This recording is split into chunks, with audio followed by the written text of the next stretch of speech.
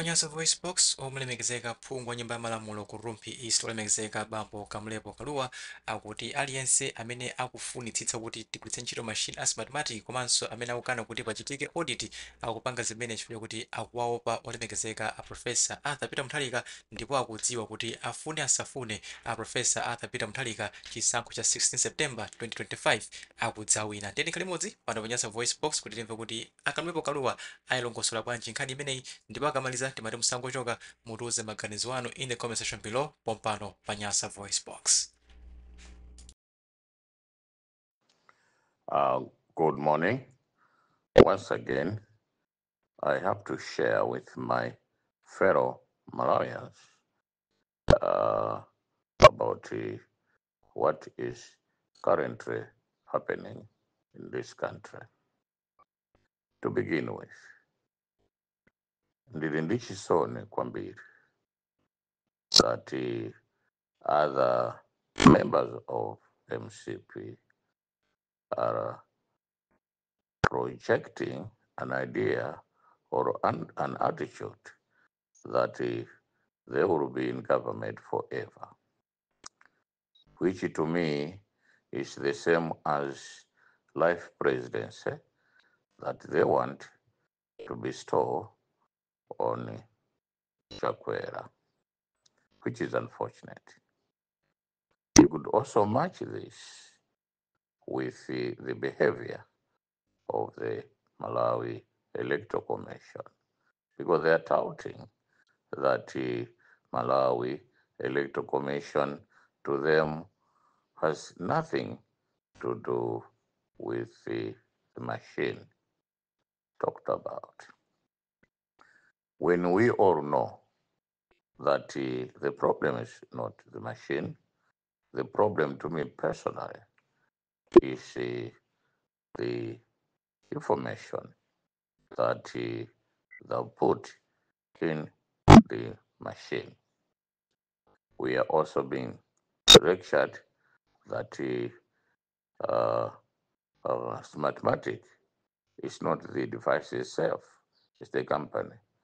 Yes, we know that, and we all know that the company is Smartmatic, but the machine is a product of Smartmatic. That is why we talk about Smartmatic. If you are Msonda, they cannot say Peter without mentioning the surname. If you are Gondwe, they cannot say Peter without mentioning your surname, because there are so many Peters out there. So if etikamane now to Smartmatic, sikuti ndifambuli I, as some are saying in the MCP camp. I'm reluctant to mention the names of those people who are priding themselves that they will live forever, that we don't know what we're talking about. They know what they are talking about. If they know what they are talking about, well and good. If what we talk about is not what they want to listen, then they should leave us alone, so that we talk as many anthu afunave. Ifeyo tukunena kuti mashini amene wawa sikuti ndi vuto ayi, koma vuto ndi program that you put in that machine. Machine amene wo, we are supposed to do two main duties, two main things. One, voter registration. Two, voter verification. They know number three, the main transmission, the main affair we are questioning. We are trying to ask the Malawi Electoral Commission to say be transparent on this one, because this was not what was there when you were purchasing or procuring this device. andi mashina amenewa kuti maonesese bwino siwola kuikai ai ni mashina bwino ngakhale ku Michigan anthu amene anapanga mashiniwo ngakhale mwene wake amene ife tikunena nayo mashiniwo nayenso akufotokoza choncho. Koma vuto ndi kamene mwayikamo mashinimo iwowo ngati opanga mashini sanganene kuti musayikemo chifukwa si you have procured that machine. Iwo naosa kudabwa so ngati iwo akudabwa ife tikudabwa nde wina mu MCP kamuti publicity secretary kaendani ndazibwera zinena kuti yayi ifeyo tilibe nalo vuto mwina opanga mashini akuti ndi vuto ngati mwayikamo zanuzi ife tonse anthu tikuti ndi vuto koma wina akunena kuti ayi mashinimo mulibe vuto. Ndeno ku America ziko limene mati ndilokwera limene inonse makhala ngati you are worshiping it. America, United Kingdom, Germany, France and other countries are saying machine ife ayi. And this is a character who does not know anything and he claims to know things. Akuimba pano kuti tosefe sitikuziwa including ndi maiko amene iye akuchita worship kunena kuti mashina awa asagwirisidwe ntchito pa vote ayi. Ndetu kudabwa kwambiri kuti kuuziwa kwanzathu naosa uchula mulungu which is unfortunate kuti even Satana nayenso amachula za mulungu chifana pangidwa ndi mulungu sitikuukanirani achulani mulungu yo ndiponso ndizoyenera kumuchula mulungu akandi ndina Satana kapena ndine Satana koma ife tikuti mashini iwo alibe vuto nditu anthu tumene tugwira ku mashini ito tumene tufuna tubire mavoti tumene toto nde vuto ndimene ife tikunena kuti ayi chifukwa ndikukuuzani wosewa kuopa Professor Peter Mutharika and Professor Arthur Peter Mutharika akuwina chisankho chino. Ine ndikunena pano ndi mphamvu zonse Professor Arthur Peter Mutharika will be the president of this country by 16 September. I'm not challenging whether you like it or not. No, I'm saying Professor Arthur Peter Mutharika will be the president by 16 pano. Ndikunena chifukwa chani. One, chifukwa chani mukuopa inuyo kuti ma expert abwere kuzafufuza what is in there. Ndi chifukwa chani inu mukana ma ICT expert to verify the figures in that device, in that machine. Muchifukwa chani inuyo ngati musimukumopa ngati Peter ayi simukunena kuti si vuto kwa inu. Nchifukwa chani nonsenu amene mukunena kuti ayi musabwere mukuopa. Mafuso da amenewo chifukwa chakuti Peter Mutharika akhala president pa 16 September ndi chifukwa chache nonsenu mwayamba mantha ena mukuzikozera ena munena kuti mumenya anthu. Kodi munthu andale a personality, a public figure uzikhala pa public media kumane ndimenya kuti ayi. A public figure who is a leader must always inspire. Anthu amene akumusatira must lead with love, must lead with respect, must lead with dignity. Osati iweyo uzikhala ngati public leader ndikumenyani koma tikusewera kwambiri. Dziko lapansi si limakonda such people andiso anthu zikuonekeratu kuti they are scared to death kuti pa 16 pano Professor Arthur Peter Mutharika will be the president of this country. Ndenonso mwainunso mumvere pano mukunenda kuti yayi and akuluakulu mu DPP by 2030 2036 osakhoza ku akharata mwalira. Kodi ndifusa ndi nyumba iti muno Malawi imene chibadwire sina chitepa experience death in the family. ndi munthu uti amene anganene pano kuti mmene anabadwira iyeyo mpaka lero iyeyo sanaone kuti munthu akumwalira ngakhale si wa DPP ngakhale kaya wachipani chiti andiuza. Kodi imfayo ndekuti inabwerera ku DPP kokhako? Kodi anthu akufa amakhala DPP okha? Ayi, tisamanene zinthu zimene ngakhale pakamwa pathu pakudya mchere tisagwirisire ntchito zinthu ngati zimenezo. China mukunena kuti Peter Wamtalika wakula, ndikuti mukususana ndi Mulungu amene inuyo mukutiuza pano kuti Mulungu ndamene akudalisani. Ena munena kuti yayi Mzimu Woyera ndi umene umauchitani protect. Mzimu Woyera ndiye Mulungu yokha, Mulungu ndiye Mzimu Woyera. Ukuchitani bwanji protect ngati inuyo munena kuti inu simzafa, inuyo simungafe, inuyo simunachitepo experience death? It is only DPP that azafa. Andi anthu amene unena zimenezozo nthawi imene kaya ngati Professor Bingu Mtalika amamwalira anali ma members a DPP. Chifukwa chakuti lero achoka ali uku basa kuti a DPP achati akuluakulu zimene mukunena zonse zikuoneseratu kuti anthu ino Mzimu wa Yehova mulibe.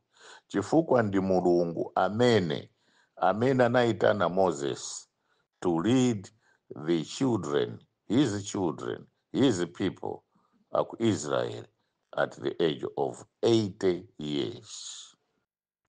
So ngati Mulungu unamkomera Yehova kumuuza Moses at 80 years old kuti iweyo ndakusankha ukawombora ana anga, ukawombora anthu anga ku Egypt kupita nawo ku Canaan to promised land at that age. Ndekuti who are you to say this cannot happen again in the country called Malawi? Ngati Mulungu Moses yo anamuuza Mulungu kuti ine ayi chifukwa ndakalamba, chifukwa sindingatheso kunena ayi. Mulungu ananena kuti ndaona mwa iweyo and iweyo ndamene ndasankha. At the age of 80 anati ine asindiziwa kunena kuti iyayi koma brother wanga Aaron ndamene amaziwa kunena. Mulungu anati iyayi Aaroniyo akakhala prophet wako koma iweyo ukakhala ngati ine Mulungu. Peter Mtalika, ineyo, iweyo, ndi Malawi aliyense anapangidwa mchifanizo cha Yehova and his likeness. Nde iwe ndiwe ndani kunena kuti munthu amene Yehova anamulenga mchifanizo chache sangalamulire at that age? Who are you? Who are you? Can you please tell us who are you and what are you? Akuluakulu tisasewere ndi mawu a Yehova. Whether you like it or not, God is there for all of us. Whether you like it or not, God loves aliyense amene anampanga iyeyo ngati wopanga chilichonse, heavens and as creator of heavens and earth. Iwe sungamenye nkhondo on behalf of Yehova anakana.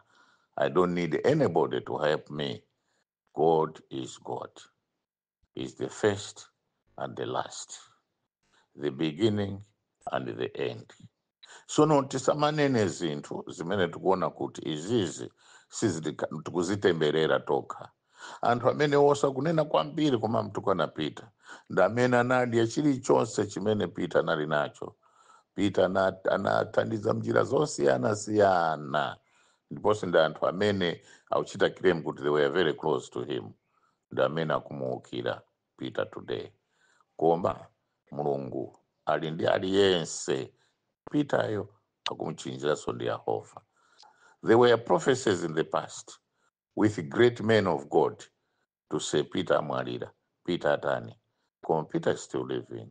Not because he is clever, not because he is unique, no, because our Heavenly Father should repeat this, is the one that protects, blesses munthu aliyense amene analengedwa mchifanizo cha iyeyo. Ndiponso anthu ambiri akhala kunena Peter wadwala, wamwalira ku America. Wonse amene amanena zimene zicha panopo kulibe, 3/4 of them kulibe. Ngati aliko ndajanka bisara monena mobisara. Ngati ife tikubwera pano tikuyamba kunena kunyoza tipita ndife, ndikukuzani tipita ndife. Ngati Malawi Electoral Commission anabera mtalimanja ndiwe kapeso kuganiza kuti Peter can die, Peter would die, mukunama chifukwa inu si milungu, inu si mulungu ayi. Mulungu ndamene amaziwa china chilichonse. Amene mulungu wamuyitana palibe amene angalese kuti asapite kumene mulungu akunena kuti ndakuyitana upita ikwakuti kwakuti. Palibe. Ma blessings a Yehova palibe munthu amene angalese ayi. Sindikunena kuti ndipita yokha amene wapasidwa ma blessings, tonse tapasidwa ma blessings, but there are different blessings. Pali blessing ina munthu amakusunga ndi cholinga cha Yehova. Chimene Yehova akufuna ineyo si pano sindingathe kunena, koma chimene ndikuziwa pano ndikakuzena Malawi chakuti Peter pa 16 September akhala president wa dziko lino. At 80 years Moses anapanga zinthu zoopsa kwambiri, anamuona mulungu. Is the only human being amene anamuona mulungu ngakhala anamuona in the back. Is the only one ever lived on earth. Ndi amene Moses iyo at that age taimene amamuona mulungu. Moses analama 83, 84, 85 pamene amamuona mulungu. Ndeno uyu Abrahamu mkazi wake anayamba kubereka chifukwa cha mawu a mulungu, promise, a word ya mulungu at 99 years old. Paka mkazi anadabwa kuti pa zaka 99 apapa ineyo ndingabereke ine kuseka. That's why Isaac, the name Isaac was given to the child of Sarah. Chifukwa maseka kuti pa zaka 99 ine ndingabereke mwana. Ngati Sarah anali 99 years, Dr. Abraham might have been 120, 100 something. Koma anabereka mwana called Isaac. Amene ndi father of many, many nations. Amene Isaac yo mwachoka what we see today as Israel. So no, mphamvu ya Yehova ilibe age. Mphamvu ya Yehova ilibe zulo, mawa, kapena lero. Ayi. Mphamvu ya Yehova imabwera chifukwa kwa Yehova kulibe zaka. Kwa Yehova kuli munthu amene anamlenga iye mchifanizo chache. So no, Malawi Electoral Commission ngati mukufuna kuti mavota akhale free and fair, choyamba opani Yehova. Conscience yanuyo ikufikireni. Conscience yanuyo ikhale pansi ndinu. Maganizo a Yehova akufikireni kuti muno mukhale free and fair elections. Kukakhala free and fair elections, Peter kukakhala pampando. Koma ngati sikukhala free fair election ndikuti mwabera munthu amene atakhale pampando ngati Yehova sana neno takhale pampando, kukhala mavuto amene simunaone pa dziko lapansi. Kuzakhala zivomerezi for the first time Malawi muno, sino for the first time Malawi muno, muzakhala chimpwirikiti chopsa, matenda kuchipatala anthu azati kumwalira 10, 20 at a minute. And kuzakhala wolira mzake ndi ndani chifukwa kuzakhala kulibe mankhwala. Chilichonse to be a joke. Why? You are forcing things. Ngakhale mkuti muli ndi maprofeti tumene tikukupasani maprofesiwo, natonso timachoka uthenga wawo ukandiwa kwa mulungu, koma I should believe kuti ni message imene mulungu amauza. So ngati mulungu amauza si mulungu wachisokonezo ayi. God is a God of order and discipline. Sikuti uyu wamuza zina, uyuso wamuza zina, koma wose ni maprofeti ayi. Uthenga umene mulungu amapereka kuma prophets umakhala chimozimozi. Ngati ndiwo zuzula, ukhala wozuzula. Ngati ndiwo wamdaliso, umakhala wamdaliso. Ngati ndiwo casing, umakhala casing. Koma muchenjere ino MCP ma spokesperson amene mkunena zinthu za chipongwe kuti you don't cash what God has blessed. You don't cash what God has blessed. Chonde, chonde, chonde. Ampes Namtarimanja, make these elections free and fair. It's two of you that you define the course. Yes, Colin. Two of you. Nabere Mtarimanja, the Pesi. Tukuziwa nonse ndina MCP. Koma, musakakamize zinthu. Chonde, musakakamize zinthu. Musakakamize zinthu. Musakakamize zinthu. Musakakamize zinthu. Mawa amene unena pala siku ndikuseka panayi. I'm not here in the business of what you think, what you perceive it as maybe as if I'm playing. No. This is a very serious issue. Tikamakuuzani kuti chonde, we need to see free and fair elections in Malawi. Credible ones. Ma elections awakale sitikunena kuti uyu muzimayi uyu ndikoyamba kukhala tanena kunala Msosa, kunali mayi ndana kunchewa Mrs. Ndani anali judge doctor amene anali judge, then kupa ubwera so Mtarimanja. Tikuziwa kuti ndi commission yandu imene masanga koba a hand of a president lese bakhalapo anthu aja akasanga amatumiza kujeni awoyo numena makhala pansi kuti no titenge uyu ndi musanene ngati ife sitikuziwayi. Ena amene pano you pretend kuti you are part of the process ya multi-party democracy. Zonama. Where? If you were a part of it, why today you are in the same camp that oppressed people? So what you are doing, then is sooner upanga zinthu zapa mtima pako yakuti muno musinte mkhale multi-party. Chifukwa ngati if you were a part of that change, leo tubwezi pano sikutiuza kuti ndi chipani chimene chawo kuchisapota chimene chikhala mboma up to 2063 mene uneneramo ayi. Koma ndizomvetsa chisoni kuti mbuyo mose mavota nakakhala or chisankho chinakakhala ngati mene akuyendesera awawa. I doubt kuti achakwera today would be the president. I doubt it very much. Koma chifukwa chakuti kunali chisankho cha free and fair, inde here and there munali zochita. That's why munali rani. That's why inuyo mwabwera pa mpando chifukwa inuyo munabwera chifukwa cha what is happening today. Nde ineyo ndikunena kuti mukamanena nkhani za mulungu muzichenjera chifukwa mulungu ndikuti mulungu amene mkumnenayo, unless if what we read in the Bible ndizonama, koma taona ma examples ambiri amene mulungu anafikira. Abraham 75 years anaona yoyamba vision ya mulungu at 75 years, and anazabweranso mulungu kumuchita promise mwana at when the wife was 99 years, not 80 years, 99 years. Kubadwa de mwana kubadwa mwana ndi 1 year, Sarah ndi 100 years. You can imagine kuti amamchita brief feed bwanji mwana ayi. Iye Sarah 100 years kamwana kari 1 year. Amamchita ndiwonso nthawi imene mabereka at 99 chinali kuti ndi December, November chani chifukwa that is already at 100 years. Then just imagine kamwana kamene kari 3 months kakuyama mabere hamzimai wa 99 years, kari 4 months kakuyama mabere hamzimai at 100 years. Just imagine. What is impossible to you is possible with God. What is not seen is seen by God. Blessings siwona nkhope ya munthu hayi.